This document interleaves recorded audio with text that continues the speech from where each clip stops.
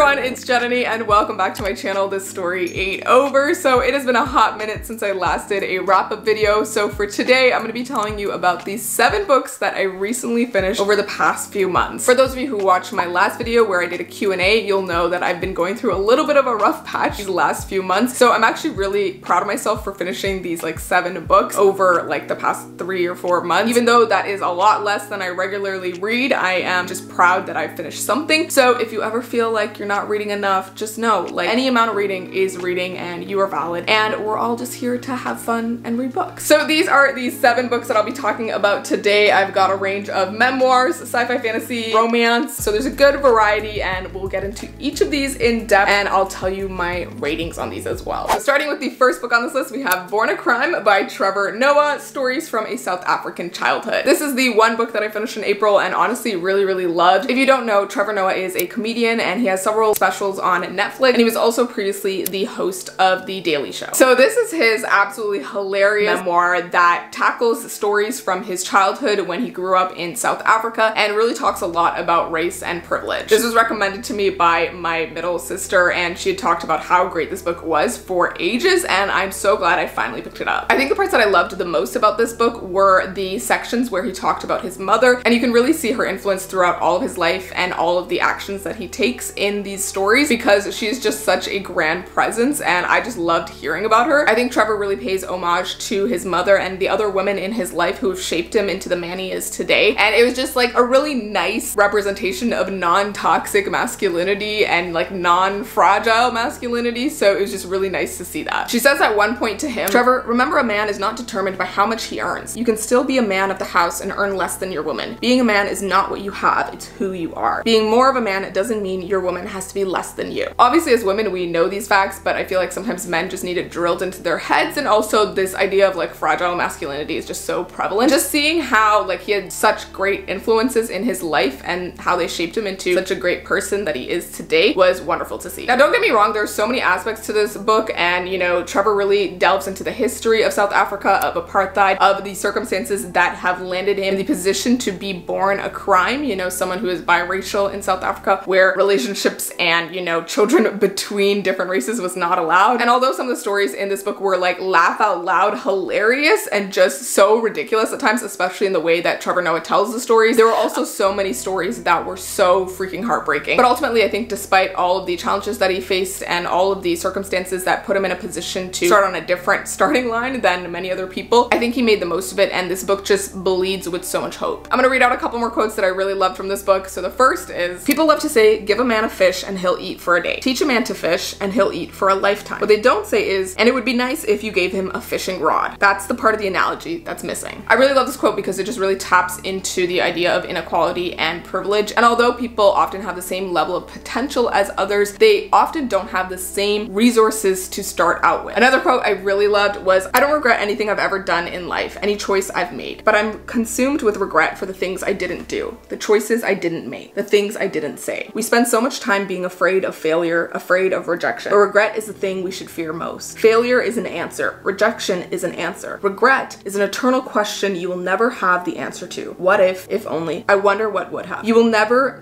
know, and it will haunt you for the rest of your days." I really love that quote, and I think there's just so many little pieces of bite-sized wisdom in this book that you should definitely check out. So overall, I really love this book. I gave it a 5 stars. It's perfect if you're looking for a memoir that's hilarious, but also has some gravity to it and explores different social themes. I definitely recommend the audiobook for this one because it is voiced by Trevor Noah himself, and it's just so much more funnier and heartbreaking if you listen to the audiobook. Alright, before I get into the next book on this list, I want to talk about the sponsor of today's video, which is Pair Eyewear. So Pair Eyewear is a really affordable and customizable eyewear brand, and these are the base frames that I decided to get. They are the Wandas in clear, and what I found really exciting about Pair Eyewear is not only the affordable price, but also the really awesome top frames that you can get. So I got these really cute red top frames that make me kind of look like Wanda Maximoff, and then I also got a pair of tortoiseshell sunglasses to go on top, and then also a pair of black sunglasses. I really love how versatile the top frames can be for your everyday, whether you are trying to switch between like your work eyeglasses to like maybe some sunglasses for outside, or maybe you want to have something more dressed up or funky for going out with friends, but something more casual or low-key for for work. Pair Eyewear also has several different lens options, so I got the blue light filtering lenses, but you could also get progressive ones or the light sensitive ones, or you could just get sunglasses as well. Purchasing on the website is really easy. You can browse, pick your base frames and then your top frames, and then also the types of lenses that you want to get, including prescription ones. And Pair Eyewear also has a virtual try-on tool that you could use. I really love how easy and affordable and customizable the Pair Eyewear glasses are. I honestly struggled with the fact that I always wanted like different glasses every other week, so I feel like the top frames are just perfect for me. And another awesome thing about Pair Eyewear is that they have a pair for pair program, so for every pair of glasses that you buy, a pair will be sent to a child in need. So I definitely think it's worth checking out Pair Eyewear. You can get 15% off your order if you use the link in my description. So definitely go check that out, and thank you to Pair Eyewear for sponsoring today's video. Alrighty, next up on the list we have Daughter of Dr. Moreau. This was the first book that I finished in May, and it was a book that I actually started way back last year when it first came out in the summer, but we're here, we finally finished it. For those of you who have been following my channel for a while, you know that I absolutely love Silvia Moreno-Garcia. She's one of my favorite authors. I've read a bunch of her previous books, including Mexican Gothic, The Beautiful Ones, Certain Dark Things, and Velvet Was the Night. I love them in that order. I think that's how I would rank them in terms of my preference. So when this one came out last year, I was really excited, and I knew it was speculative in nature of some kind, but I had actually heard a lot of mixed opinions on this one. So I was kind of wary going into it and was putting off actually finishing it, because although I found the beginning compelling, I was just scared of the fact that I might not like it. But guys, let me tell you, I really love this one, and I think I just have a different taste from some of the people who didn't enjoy this one. It's probably up there for me between Mexican Gothic and The Beautiful Ones, which I really honestly love. And honestly, I think this is one of those books that I've come to love even more after having read it. Like every time I look back on it, I'm like, yes, that was so great, and I love that. So Daughter of Dr. Moreau is a loose retelling of the story The Island of Dr. Moreau. And in this book, the retelling is set in 19th century Mexico, specifically on the Yucatan Peninsula. And we follow our two main characters. So we have Carlota, who is the daughter of Dr. Moreau, and then we also follow his British assistant slash overseer named Montgomery. This book was a little bit different than I initially expected it to be. It's very dreamy and just so beautifully told. And although it does have a plot that moves the story forward, I think it's really focused on the characters themselves, and I just found that to be really compelling. The book itself veers into this like speculative sci-fi fantasy realm in the way that Dr. Moreau has been conducting these strange experiments and creating hybrids. So these hybrids are a mix of humans and animals, but I don't want to tell you too much more than that because I feel like it's one of those books that you just need to go into without knowing too much. But for me, I personally really loved the characters, especially Carlota and Montgomery. I loved how naive and sort of flawed they were in so many moments in the book. They're definitely not perfect characters, and I can see how other people who have read this book may not have loved the dreamy and naive nature of some of these characters. But in terms of Silvia Moreno-Garcia's other books, it gave me the dramatic romance of The Beautiful Ones with the slight creepiness and speculativeness of Mexican Gothic, and with the naivety and sort of heartfelt nature of the characters of Certain Dark Things. I also really love the romance that kind of builds between them throughout the book. It's like not the main focus, but it is there. But I think I really enjoyed it even despite like the sort of strange situation that they're in and also the age gap between them. They honestly just had my whole heart, and I wanted the best for them. And Montgomery just had so many incredible lines that he says throughout the book, and my heart went out to him. So I'm gonna read you a few of them because they were honestly just fantastic. So the first is, well, I know you share my same malady. A malady? She asked, now more curious than irritated. Yes, of the heart. You are in love with love, Carlota, he said, gripping her hand tighter with the mere idea of it. I see it on your face. You yearn for everything, and you are about to tumble into an abyss. Some people, they give a fraction of themselves, but there are others who give themselves completely, and you will. You'll give yourself utterly. I've been where you've been. I've been young, and I chose badly, and it broke me. Another one that I just absolutely died for was, you'll share yourself with me for the span of an hour, and then what? I'm 2 paces from loving you, 2 paces from having my heart destroyed, he said,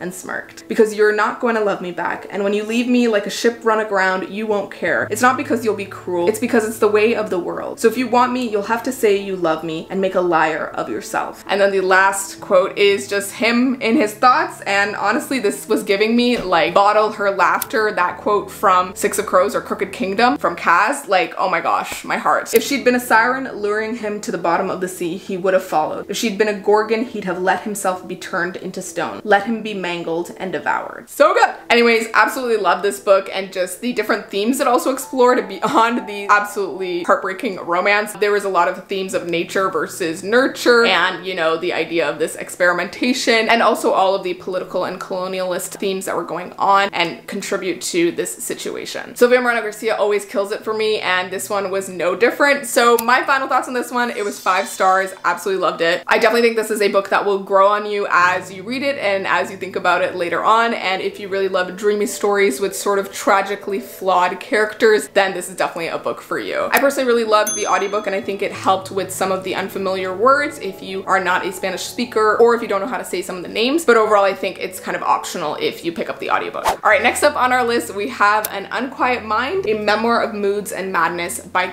Redfield Jamison. So this is another one of the books that I finished in May, and right now I'm going to tell you, if you haven't gone and seen my previous video, which was my Q&A video where I give a bunch of life updates, go watch that video first and then come back to this one, because it's going to give you a lot of context for what I'm going to talk about in my review of this book, just because this was a very personal book for me in a lot of ways. So go watch that video now. This is quite literally like one of my favorite memoirs and books of all time now, just because it was such a personal and visceral experience reading this book for me. So this book was written by Redfield Jamison, who happens to be a professor of psychiatry at Johns Hopkins, and previously she had a full academic career in psychiatry. She also treated patients and did research, and during this process, I think in the 70s or 80s, she realized that she had manic depressive illness, also known today as bipolar disorder. Since publishing this memoir, she's become a bit of an authority on the subject, both from her professional and academic learnings, but also from her personal experience with bipolar disorder. And so that's part of the reason why, when I was doing my own research on bipolar disorder and just like my own mental state, this is one of the first books that came up immediately when talking about bipolar disorder. This is a really incredible and really short book. It's only a few hours on audiobook. I know the like physical copy seems deceiving, but it's actually only, I think, 4 hours on the audiobook, and I was like listening to it on double speed in a recent hypomanic episode that I had where like I couldn't sleep, and I was up into the night pacing and listening to this book on audiobook as Redfield Jamison was narrating her story. And what was so fascinating about this book to me was not only like the really rich understanding you get of bipolar disorder in this book and just mental illness in general, and how she talks about like her professional experience. What I really loved about this book was just the really real and like personal experience of mental illness that wasn't completely sensationalized, and it was the like first representation of mental illness that I've seen in a book or like media in general that wasn't like super focused on just the psychosis or just suicide attempts. And I feel like that's a representation of mental illness that we see a lot in like TV and movies. Honestly, it's just like a little frustrating when there's so much more to the mental illnesses and disorders that relate to the everyday, not just like these big moments. So this was a book of her just talking about her daily experiences with her mental illness and how that shifted across the years from when she was a teen into her adulthood, and just the pain of having to deal with this every day. So the author covers a lot of different topics in this book, but there was 4 in particular that I really loved. So one was just her being a medical professional and a psychiatry professional, and the fear of stigma that she had despite working in these fields and like, you know, treating patients, and knowing objectively that there's nothing bad about having these mental illnesses and like, you know, it's not their fault, but she was still internalizing a lot of that stigma. Another thing she talked about was just being a woman with this illness and the highly genetic nature of it. Another thing she talks about is creativity related to her bipolar disorder. She is a huge reader and a bit of a writer as well, and she talks about like the fluctuations in her creativity because of the disorder, and how sometimes like in moments of depressiveness or regular euthymic periods episodes, she would feel that she could never be as creative as she was like during her manic phases. And it was just so interesting to read about that, and I had similar feelings and experiences like that. And then finally, I think one of the things that she really drives home throughout this memoir is the idea of treatment and medication and the importance of it. It was really interesting to be reading this book because she was going through this experience of being diagnosed with bipolar disorder and getting treatment for it during a time when there wasn't many treatment options. And so she was taking lithium as a mood stabilizer, but she also talks about like the complications with lithium and, you know, how medicine and psychiatry has come so much further now. And it was just really interesting to hear like the history, I guess, of this field. I have a few quotes from this book that I really love that I want to read out to you today. So the first is, others imply that they know what it is like to be depressed because they have gone through a divorce, lost a job, or broken up with someone. But these experiences carry with them feelings. Depression instead is flat, hollow, and unendurable. It is also tiresome. People People cannot abide being around you when you are depressed. They might think they ought to, and they might even try, but you know and they know that you are tedious beyond belief. You are irritable and paranoid and humorless and lifeless and critical and demanding, and no reassurance is ever enough. You're frightened and you're frightening, and you're not at all like yourself, but will be soon, but you know you won't. Which of my feelings are real? Which of the me's is me? The wild, impulsive, chaotic, energetic, and crazy one, or the shy, withdrawn, desperate, suicidal, doomed, and tired one? Probably a bit of both, hopefully much that is neither. We all build internal seawalls to keep at bay the sadnesses of life and the often overwhelming forces within our minds. In whatever way we do this, through love, work, family, faith, friends, denial, alcohol, drugs, or medication, we build these walls stone by stone over a lifetime. One of the most difficult problems is to construct these barriers of such a height and strength that one has a true harbor, a sanctuary away from crippling turmoil and pain, but yet low enough and permeable enough to let in fresh seawater that will fend off the inevitable inclination towards brackishness. Absolutely beautiful lines, and I feel like although this book tackles so many topics, like both medical knowledge and just personal experience, I think the author herself just has some really beautiful writing, and that really showed through the page and added to the overall experience of reading this book. So overall, this one was definitely a 5 stars for me personally, just because of my personal experiences and relation to the subject matter. But I think overall it's an incredible and invaluable memoir about just living with mental illness that paints a very realistic portrait of the everyday struggles. It is both rich with medical fact, but also with beautiful writing and personal experience. I highly recommend checking out the audiobook. It is narrated by the author, so I definitely think it's worth it. Okay, next up we have a book that is a bit different from my usual, and that is Another Now by Yanis Varoufakis. This book was recommended to me by someone who I found very common ground with because of our mutual hate of capitalism. So this is a bit of a didactic sort of thought experiment as sci-fi speculative novel that is written by Greek economist and politician Yanis Varoufakis, who was also previously the finance minister of Greece. And essentially this book takes a sort of what-if position on our world, and it follows 3 main characters: a libertarian ex-banker, a Marxist feminist, and a maverick technologist. I think it's set in 2025, and essentially these characters get the opportunity to communicate with their other selves from a alternate universe. So that alternate universe is Another Now, where the 2008 financial crisis spurred on this global revolution that saw the end of capitalism and tried to create a world where work, land, money, digital networks, and politics were all democratized. Essentially, this book asks the question of, like, if there was an alternative to capitalism, what would that look like? And although it has a little bit of a like sci-fi plot, it really is focused on the didactic conversations between the like our world counterparts and the Other Now counterparts, and them sort of questioning each other on how this Other Now works and what that means for us as humanity. It's a really fascinating book and honestly filled with so many excellent questions, and really makes you think about the way our world is run, especially in terms of the economics and just the way that capitalism has ruined so many things. But I do think if you are a bit of a casual reader and don't have much like knowledge or experience of economics, it might be a little bit dense for you. I really love the way that not only does he provide this like alternate to capitalism, but he also like pokes the holes in what is also wrong with this model. And I think he acknowledges the complexities and difficulties of just trying to find a model that works for everyone. So a lot of the quotes in this book require some sort of context for me to really tell you about them and for you to understand the gravity of them, but there are so many that are so great. But I pulled out one that kind of makes sense without major context. So it goes, "Science fiction is the archaeology of the future," a leftist philosopher once said. "It is now on the verge of offering the best documentary of our present." So final thoughts on this one, I really loved it. I would definitely give it a 5 stars. Like, I was just so blown away by it by the end, and I am just so glad I read it. It is a fascinating speculative fiction that has real world implications, and definitely one you should be picking up if you're interested in politics, economics, or any kind of social issues. However, I would not recommend it if you do not want to think. I did pick up the audiobook for this one about halfway through the book, and it definitely helped me get through it. I think just because the book is a little bit dense, it's helpful to have the audiobook and have someone read it out to you to enhance your understanding of what's going on, but I don't think it's by any means necessary. All right, next up we have Happy Place by Emily Henry, the queen of the summer romance. So this book has definitely been on a lot of people's radar for a good reason, because it's like the hot new summer romance. But this one essentially follows our main characters, Harriet and Wynne, who were engaged and together for a very long time, since like college, but they're both part of the same friend group who has gone on these like yearly cottage trips, and they don't want to ruin like the next cottage trip that they have coming up. They want everyone to still enjoy their time, so they decide decide to essentially pretend that they're still together during this next trip and tell everyone afterward. And honestly, the premise was just as angsty as I was hoping it would be, but I do think that the book overall was actually a lot more sad than I was expecting it to be, especially for a book that's called Happy Place. So I absolutely love Emily Henry's books. I loved Book Lovers, People We Meet on Vacation, but I do have to say that this book in particular was probably my least favorite out of her books, even though it does discuss some really great themes of like friendship and mental health. I think personally for me, I just didn't love the main characters all that much. In terms of a romance, they just weren't the people I wanted to be following. I found Harriet to be pretty passive at a lot of points, and I found Wynne to be just not my ideal type or like preference when it came to romances. And I think there was just a lot of like history between them that personally for me just didn't really make sense to be resolved that quickly and in that way over the course of the book. I just felt that the characters, although they had done some healing, I don't think they had done enough healing before potentially making things work again. I do feel like though that this book had a lot more content related to the side characters and like the friends and that overall dynamic than a lot of Emily Henry's previous books did. But of course there were still some really great lines in the book. So a few quotes that I really liked were, "My best friends taught me a new kind of quiet, peaceful stillness of knowing one another so well you don't need to fill the space, and a new kind of loud, noise as a celebration, as the overflow of joy at being alive here now." This next one is one that I actually really like. Like, even when something beautiful breaks, the making of it still matters. I love that, like the making of it. And then the last one that I really loved and just thought was so beautiful, and just this idea of a happy place, was, "You are in all of my happiest places. You are where my mind goes when it needs to be soothed." Final thoughts on this one, I would probably rate it a 3.5 stars. I think it was good, just wasn't my favorite, but I do think it's worth picking up and still a fun one, and I'm sure that other people will enjoy it more than I did. I don't think it's a bad book by any means. I did pick up the audiobook for this one and I thought it was quite well done, but I don't think it's by any means necessary to read the book. Next up we have yet another memoir, and this one I finished just recently in June. So that was Finding Me by Viola Davis. I talked about this one also in my memoirs book recs video, so if you haven't checked out that video, go watch it. This book was so good, guys. I just felt so much for Viola Davis reading this book. If you don't know, Viola Davis is the incredible actress behind Annalise in How to Get Away with Murder. I have only watched like 1 or 2 seasons of that show, but I just remember Viola Davis being like the star of this show and just being so incredible. And overall, I've just always admired her and thought she was an incredible actress. So I was very intrigued when her memoir came out, and I'd heard a lot of people say incredible things about it. So much of this book was actually super relatable to me, but then obviously there was parts that weren't as relatable, but I think that it just gave me so much more empathy and love for Viola and just like the world in general. Throughout the book, Viola sort of talks about her childhood of sort of trauma and abuse and poverty especially, and then she also goes into like how that affected her in adulthood, and also the struggles and, you know, every day of being an actor, and how she was just trying to make this work because it was something she loved, even if it didn't mean stardom, and then what it felt like when she did sort of achieve stardom. What I found really fascinating about this book was just understanding the more shy and down-to-earth version of Viola Davis. I think she was just so incredible to get to know in this book, and I think it was also just really nice to see this representation of a beautiful Black woman and her showing her vulnerability and her beauty and just every shade of her humanity, because I think Black women are so not often given the opportunity to show their humanity, and they're never really given like the grace to be beautiful or vulnerable or soft, and you could really see that in, you know, Viola's story. She is so many different things, and I just loved that like representation. I think for me personally, the part of the book that I loved the most was just the level of forgiveness and grace and capacity for love that Viola had, especially when she was talking about her abusive parents, especially her father, who she talks about at many different points as being like abusive and alcoholic in her younger days, but he really turns his life around later on in her life. And I think the level of strength it took for her to learn to love him as he was in the current moment versus who he had been, that was just incredible to me. And I think oftentimes people will just tell you that you need to cut people out of your life or whatever, and even if it's family, but I think there is a level of strength and, you know, something to admire in being able to be with someone and appreciate them in their current moment. There's so many quotes in this book that were so incredible, so I'm gonna read a few to you. "When you're poor, you live in an alternate reality. It's not that we have problems different from everyone else, but we don't have the resources to mask them. We've been stripped clean of social protocol. My biggest discovery was that you can literally recreate your life. You can redefine refinement. You don't have to live in the past. I found not only did I have fight in me, I had love. Forgiveness is giving up all hope of a different past. They tell you successful therapy is when you have the big discovery that your parents did the best they could with what they were given. Taking off the wig in How to Get Away with Murder was my duty to honor Black women by not showing an image that is palatable to the oppressor, to people who have tarnished and punished the image of Black womanhood for so long. It said, all of who we are is beautiful, even our imperfections. Final thoughts on this one. I thought it was incredible. Definitely a 5 stars, so worth the read. No matter who you are, I think there's so much to learn from Viola's story, but also just so much to relate to and just have empathy for, and I love that so much. It's both incredible and inspiring, and definitely one that will break your heart, but also make your heart sing. The audiobook is narrated by Viola herself, so it's definitely worth checking out, and I think it adds to the overall experience. Alrighty, the final book on this wrap up is I Want to Die But I Want to Eat Tteokbokki by Baek Sehee. So this book was originally published in South Korea and written in Korean, and you may know this because it is famous for being recommended by RM from BTS. And honestly, I just kind of picked up this book on a whim, and I recently got around to finishing reading it because I was sort of losing interest in the middle-ish of the book. But essentially this book is yet another memoir, and the author sort of transcribes her therapy sessions with her psychiatrist, and then it's followed by like a final section with just these small essays or ruminations on different topics, I would say. And while I'm sure this was pretty revolutionary in South Korea, given the fact that mental health and mental illness isn't really talked about there as much, I do think I still wanted more out of this, and I feel like a lot of these South Korean sensibilities and culture structures were imbued in this, so it makes sense. But I think from my perspective and just like being someone here in North America, I just wanted a little bit more out of it. And I do think personally that the book was just structured in a way that made it a little bit confusing, but also made for a little bit of a directionless read. The last section of little ruminations and essays or whatever they were felt really disjointed to me and kind of out of nowhere, and kind of didn't relate to some of the things that she was talking about earlier. So I just felt like overall it needed to be structured a little bit better. But that's not to say I completely hated this book. Like, I did really appreciate the author's, you know, candidness and vulnerability and their decision to like talk about their sort of recursive and unproductive thoughts, especially the ones in relation to other people. Like, I think it takes a lot of courage to be able to, you know, put on display for other people like how awful some of your thoughts are. So I appreciated that. But I do think that the decision of the author to not delve too much into specifics is what really hindered the story. Regardless, one of the quotes that I really enjoyed from the book was, "I hope you will listen to a certain overlooked and different voice within you, because the human heart, even when it wants to die, quite often wants at the same time to eat some tteokbokki too." This is actually a quote that was said by her psychiatrist, and there's like a section of the book or like a chapter where the psychiatrist like writes an afterword or something like that, and that's where that quote is from. So final thoughts on this one, I would give it probably a 3-ish stars, nothing more than that. While I do think it was a valuable read and an interesting memoir, I do think it lacks some direction and structure. As far as I know, this one doesn't have an audiobook, but don't quote me on that. I read this through the physical copy, and I do think that reading it through the physical copy might help just because there is like the switches in dialogue and like format, so it might just be easier to understand that way. Alrighty, those are all the books that I want to talk about in this little recent reads wrap up. I really hope you guys enjoyed these short little reviews on these books and just like the new format of this wrap up. I really enjoyed reading a lot of these, and I think all of them had some sort of impact on me in the last few months, especially during this difficult time for me. And I just, again, like love that reading brings me so much solace throughout everything in my life, and I hope it's doing the same for you. So if you've read any of these books, I would love to hear what you thought of them, and if you haven't, I would love to hear which books you're hoping to pick up soon because of something I said or a quote that I mentioned here. And as always, if you have a recommendation for me based off of something I liked here, definitely leave that down below in the comments. As always, thank you guys so much for watching. If you want to get regular updates on what I'm up to, check out my Instagram, TikTok, and other socials, and I will see you in my next video. So please remember that this story ain't over. Bye!